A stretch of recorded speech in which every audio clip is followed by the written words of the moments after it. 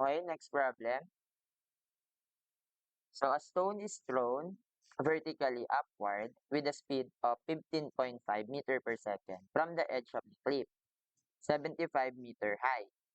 How much later does it reach the bottom of the cliff? So, ibig sabihin dito, ano, binagis mo daw siya at an initial velocity and then nag-travel siya paangat tapos bumaba siya and then bumagsak siya dito. So, ang unang hinahanap natin is, ang sabi initial velocity is equal to 15.5 meter per second. And then yung S natin is equal to negative 75 meters kasi nasa ilalim siya, no? So, ngayon, pwede mong gamitin, hinahanap mo si time. So, meron tayong formula for time. S is equal to VOT minus 1 half GT squared para sa free fall. Okay lang? So, S natin gagamitin is negative 7.5 is equal to VO 15.5 time minus 1 half by 9.81 T squared. No? Okay lang? So, we have a quadratic equation. We have T squared, sorry, 9.81. Tatranspose natin sa kabila, no? Tatranspose natin to dito, maging positive, minus, tatranspose natin si negative, si 15.5. So, that is 15.5 T minus 7.5 equals to 0. So, what's the value of T1 and T2? So, ito lang ng quadratic, mode 5, 3. So, that is 9.81 divided by 2, negative 15.5, then negative 75. Wait, 7.5 nilagay ko. 75 pa lang. Ulitan ko lang. Ulitin ko lang yung 7.5.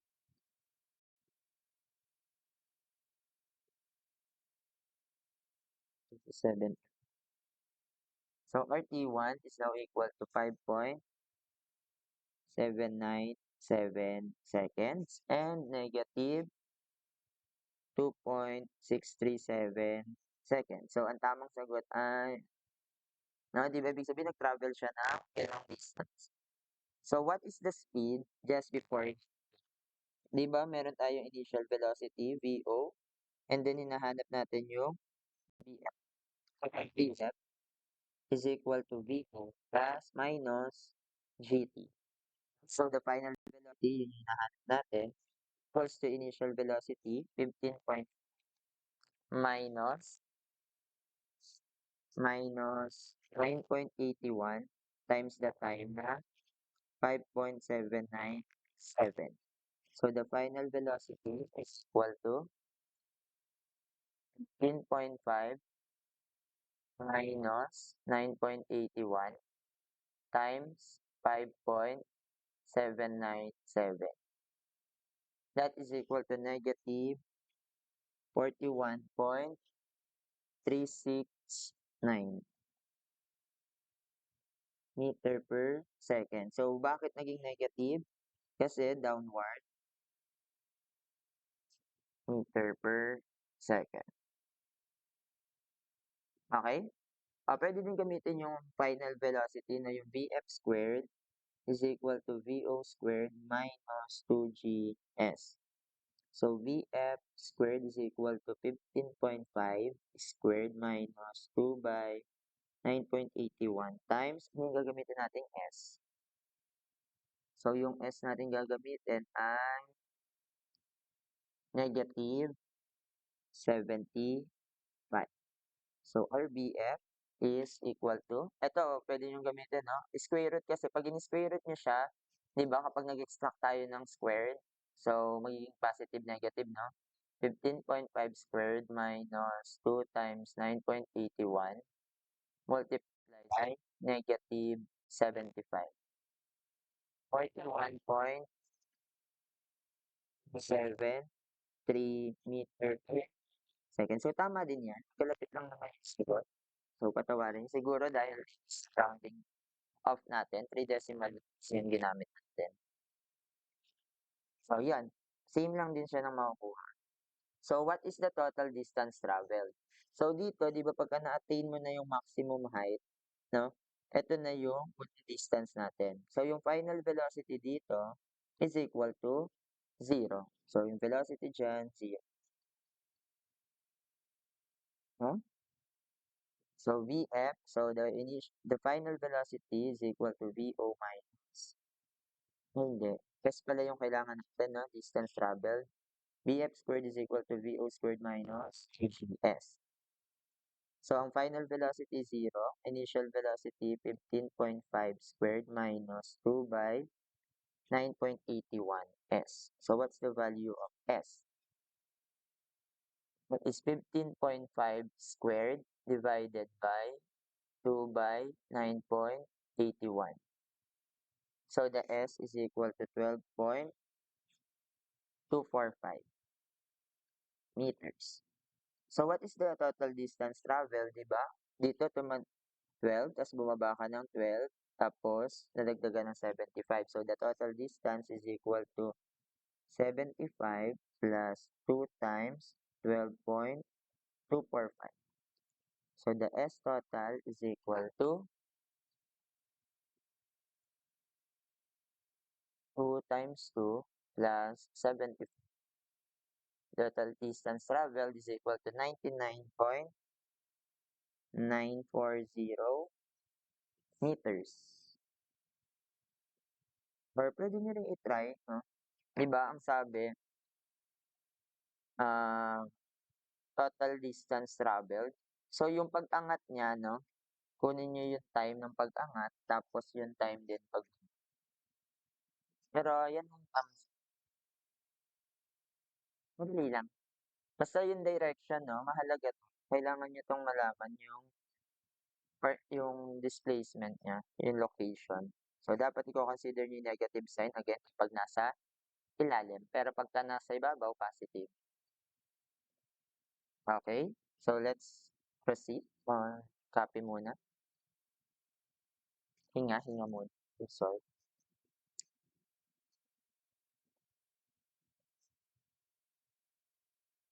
Mag-search mo yun.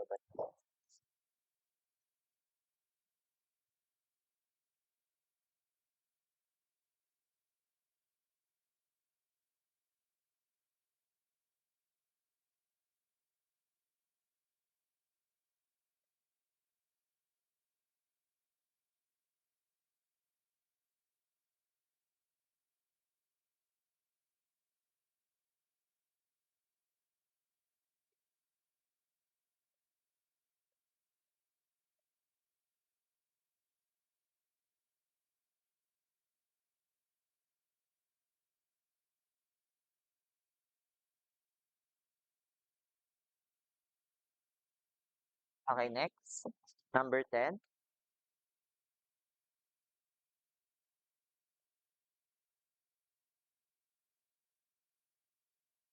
Cars A and B have the velocity. So, meron doon tayong two cars. Okay, ang ganda ng drawing. Two cars. Isang Lamborghini tsaka isang Anek.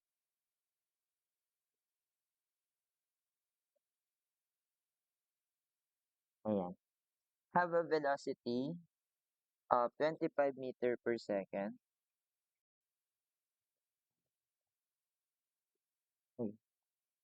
In the same direction.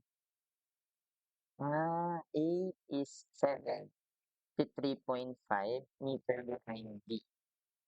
When the brakes are applied to car B, causing it to decelerate, what is the time? Sorry, ulit. Two cars, A and B. So, siguro si A and ito si A. Tapos si B daw ay nauuna si B. Siguro ito si B. Ang sabi, two cars A and B have a velocity of 25 meter per second in the same direction. So, the same direction, papunta dito, tapos papunta din dito. A is 73.5 meter behind. So, ibig sabihin, ito ay meron na siyang distance na 75 meters behind. B. When the brakes are applied to car B, so ibig sabihin, si car B daw ay nag-brake, no? So, meron siyang distance 1. Assume na lang natin na yun yung distance niya. Causing to decelerate, so yung acceleration niya is negative 3 meter per second squared. In what time will A overtake B? So, ibig sabihin ito naman, constant speed na 725. So, ito yung distance traveled ni A. Ito yung distance traveled ni B. In what time will AB will A overtake B? So, kunin muna natin si SB. Diba? Meron daw siyang initial velocity, tapos meron siyang acceleration. So, ano yung distance travel ni B? Wala pa. Pero meron tayong distance travel ni SA na distance nito is equal to, ano yung formula natin velocity? Distance over the time. So, velocity times time. So, 25 times time. No? Si SA. And then, equal naman siya sa SB plus 75. Kasi ngayon, si SB, makukuha naman natin yung formula ni SB. Di ba ang SB is equal to VOT plus 1 half 80 squared. So, yung time na tinravel niya, no? Yung time na tinravel nito equal sa time na tinravel din nito. Tama? Para ma-overtake niya na ngayon si B, no? So, ang SB natin, hindi natin alam. Ang initial velocity natin is 25 meter per second. At tanggalin ko na yun. Multiplied by the time plus 1 half times negative 3 times t squared. Okay lang? So, yan na yung SB natin. Tapos ngayon, ito, gamitin natin yung equation na SB that is equal to 25t minus 75 equals to 25t plus 1 half times negative 3t squared. So, ito na yung kukunin natin time. So, ano yung time na mag-overtake? Si A. So, pwede mo ito i-shift solve kung lalabas na yun. So, 25x minus 75. Mali ako. Minus 75. Parang cancel na to. Equals to 5 alpha x plus minus 3 over alpha x squared. Shift solve. So, the time traveled is equal to 7.07.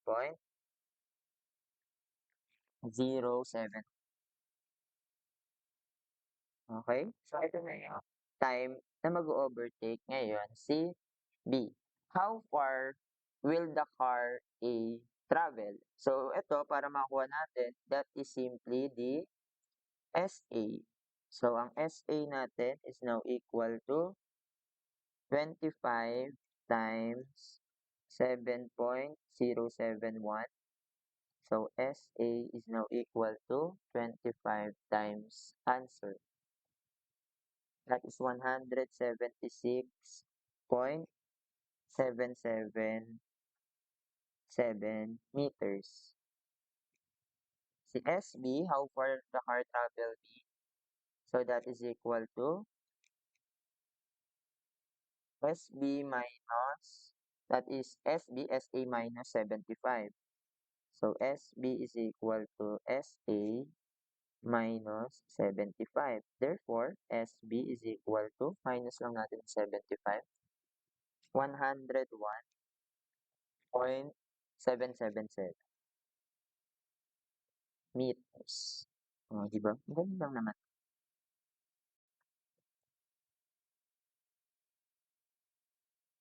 Okay na? Next.